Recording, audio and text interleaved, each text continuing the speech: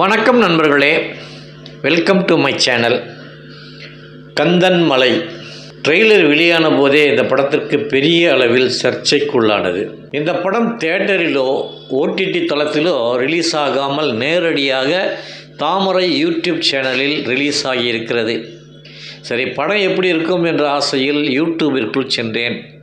பட டைட்டிலில் தர்ம போராளி எச் ராஜா என்று காட்டிய போது எனக்கு மிகுந்த எதிர்பார்ப்பு வந்தது. அடிக்கடி அரசியலில் அதிரடியாக பேசி சர்ச்சைக்குள்ளாகும் எச் ராஜா அவர்கள் இந்து மதத்தை பாதுகாக்கும் போராளியாக வந்து ஏதோ புதிதாக சொல்லப் போகிறாரோ என்று பார்த்தால் கடைசி வரை ஒன்றுமில்லை. அரசியல் அரங்கில் பேசியவற்றை எல்லாம் அப்படியே படத்திலும் பேசியிருக்கிறார். வீரக்குமார் என்பவர் இந்த படத்தை இயக்கியுள்ளார். இந்த படத்தின் மொத்த நேரமே 1 மணி நேரம்தான். சினிமாவைப் போல இடைவேளை கூட வருகிறது. கந்தன்மலை கதை என்ன சொல்லுது பார்த்தா, திருப்பரங்குன்றம் மலை விவகாரம், இந்து சமய அறநிலையத்துறையை சாடல், சாதி ரீதியான மோதல், நாடக காதல், ஆணவ படுகொலை, காவல்துறையினரின் அதிகாரம் போன்ற பல விஷயங்கள் படத்தில் காட்டப்பட்டு பேசப்பட்டன. அந்தந்த காட்சிகளில் தமிழக அரசியல் தலைவர்கள் சிலர் நம் கண்முன் வந்து போனார்கள். தர்ம போராளி துப்பாக்கியை எடுத்து தூக்கி சுடுகிறார், அரிவாளை எடுத்து வீசி கொலையும் செய்கிறார். அரசியலில் ஈடுபடும் அளவிற்கு திரையில் அவருடைய நடிப்பு சோபிக்கவில்லை.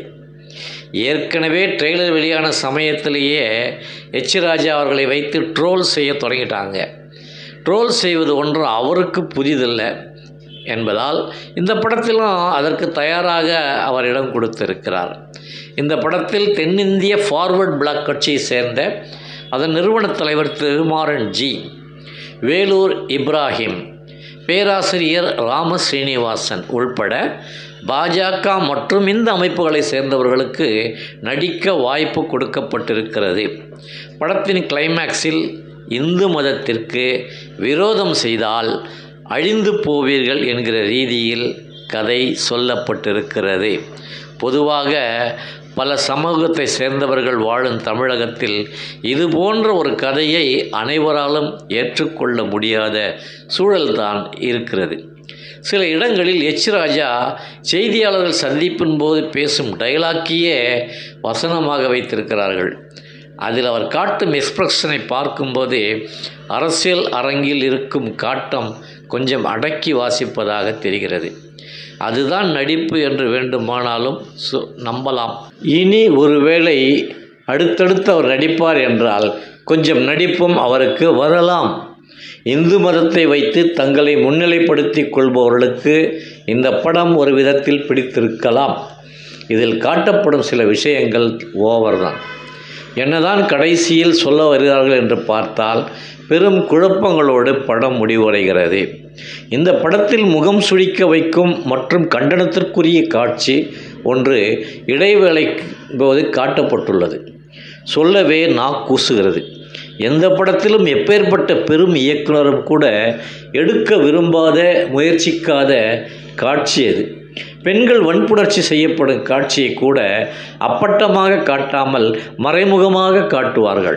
ஆனால் இந்த படத்தில் ஒரு திருநங்கையை ஆடைகளை கிழித்து களைந்து அடித்து உதைத்து பாலியல் உறவு கொள்ளும் காட்சி அப்பட்டமாக காட்டியுள்ளனர்.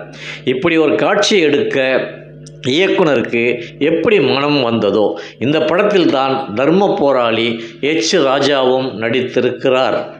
ஒருவேளை இந்த படம் திரையரங்கில் வெளியாகியிருந்தால் இந்நேரம் கண்டன குரல்கள் ஆங்காங்கே எழுந்திருக்கும்.